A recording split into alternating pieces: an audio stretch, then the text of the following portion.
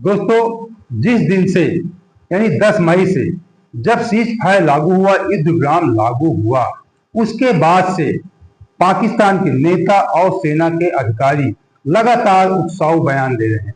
वहां के सेना के प्रवक्ता शरीफ चौधरी ने तो यहां तक कह दिया कि अगर भारत ने सिंध जल समझौता रद्द किया तो भारत को इसका अंजाम भुगतना होगा। पाकिस्तान सोच रहा है कि किस प्रकार से जो उसने भारत से शिकस्त खाई है, मुंह की खाई है, जब भारत ने उसके ऊपर आक्रमण किया यानी एयर स्ट्राइक किया तो उसको लगता है कि मेरी अंतर्राष्ट्रीय स्तर पे मेरी बहुत बड़ी बेइज्जती हो गई है। तो इसी बेइज्जती का वो किसी न किसी रूप से, किसी न किसी बहाने से बदला लेना चाहता है।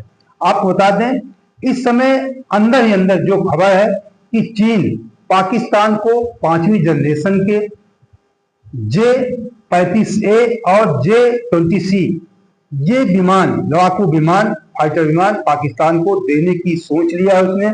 इन विमानों को उसने कहा था पहले, जब 2024 से समझौता हुआ था, कि 2 साल बाद ये विमान हम आपको उपलब्ध करवाएंगे।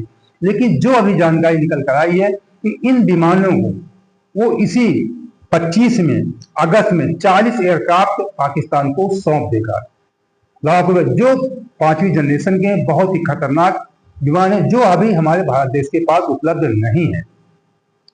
दूसरी तरफ तुर्की भी पाकिस्तान की मदद कर रहा है, जो इस बार के युद्ध में, लड़ाई में हमारे देश का S-4 सिस्टम बहुत ज्यादा चर्चा में था। बच्चा बच्चा इस बात को जान गया था कि हमारे S-4 सिस्टम ने, जिसको हमारे देश ने सुदर्शन चक्र नाम दिया था, जो हमें रूस से प्राप्त हुआ है। पाकिस्तान के जितने भी हमले हुए, मिसाइल अटैक, सबको उसने ध्वस्त कर दिया। उसी S-4 सिस्टम से बचने का तरीका तुर्की पाकिस्तान के सेना के लोगों को सिखाने जा रहा है, क्योंकि तुर्की भी S-4 सिस्टम से लैस है। तो पाकिस्तान को चीन और तुर्की जबरदस्त मदद करने की तैयारी में है। अभी आपने देखा था कि वहां के प्रधानमंत्री ने किस प्रकार तुर्की का, चीन का, सऊदी अरब का और अमेरिका का, अभी तो 2 दिन पहले मिस्र का भी उन्होंने शुक्रिया अदा किया।